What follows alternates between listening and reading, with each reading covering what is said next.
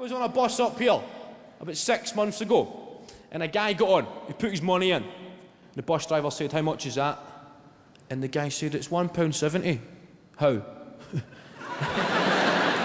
In Glasgow, how means why. I don't know why that is. You don't say £1.70, why. You say £1.70, how. You don't ponder why, you demand how. He said £1.70, how? And the driver said, "Well, it's £1.85 for a single." And the guy said, "It was £1.70 yesterday, you fucking dick."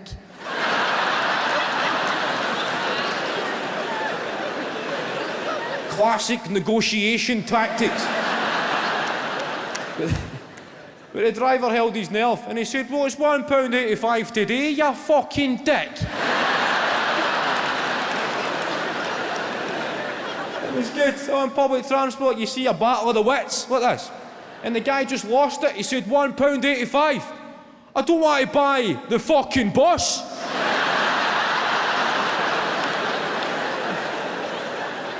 He's doing that sort of appealing for witnesses. And it goes on, and the guy starts punching the bit of perspex to get to the driver. And over years of taking the bus, I have familiarised myself with the onboard safety instructions. When a guy kicks off with the driver, don't even fucking look, just turn, look out the window, stare at the chewing gum, and go to a happy place.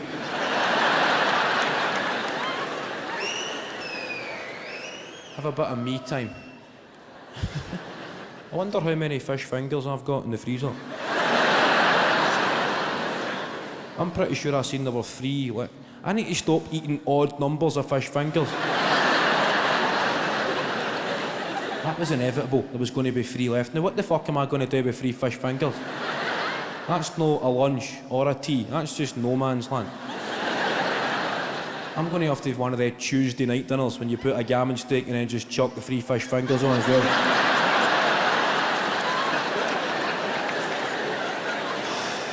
Something in combo. Wherever you go in your happy place, you start to find that you get to know yourself. I looked at the window and there was a stationery shop. I never knew I liked stationery until that minute. I just looked there, going, that's a fucking great deal on rubbers. When was the last time I rubbed something out? I might go in there, buy their rubbers, I might buy a pencil, sharpen it, a nice new pad, nice sharp pencil, write my name, and then just fucking rub it out. By the time I'd come back in for a landing, this situation had been resolved. A good Samaritan had put the extra money in just to get the bus moving, and the guy was on. He'd made it. Everybody's bracing themselves. Where's he going to sit? It's quite a quiet bus. I just go, fuck. The guy's on. And it was then I realised that I was sat in the seats that are designed for conversation. You know, the seats that face in opposite directions for people looking for stimulating debate with like-minded folk on the world's big issues. Speaker's corner, that's where I was sat. And the guy, he came in and sat right opposite me. He never recognised me, oblivious to the fact he was sitting opposite KVN. Never fucking... And the bus is pulling away. He's not going to a happy place. He's looking at that stationery shop. I might go in there and buy a pencil, sharpen it and stab him in the eye, the fucking wanker. The bus is going on, and he started talking to me. He said, "Where are you going, mate?" And I said, "I'm just going to meet my mate at the cinema." And he said, I've not been to the cinema in fucking ages. Right? And I said, "Oh, all right." He's struggling for small talk. You need to keep it going. You don't want the guy thinking you're being ignorant. I just said, "Oh, all right." And he said, "Do you ever see that movie, Social Network?" That's what he asked me. And I said, "Oh, the movie about Facebook." And he said, "Correct." As if you survived that fucking round.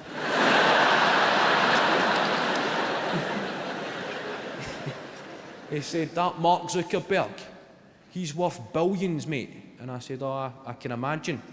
And he said, "How?" And I said, "Well, he's the owner of Facebook." And he said, "Aye, but how does that make money, mate? It's fucking free." And you don't laugh. The onboard safety instructions tell you do not. In order to avoid a punctured lung, keep your face firmly on screensaver mode. Just. He said, if I was in charge of Facebook, mate, I'd be saying fucking quid a go. It gave me a small sense of hometown pride when I realised the guy was serious. Small sense of hometown pride that there must be very few places in the world where Mark Zuckerberg would be offered financial advice from a guy who was 15 pence short for a single fucking bus. It was touching. Give me a quid or you're getting stabbed. Just you.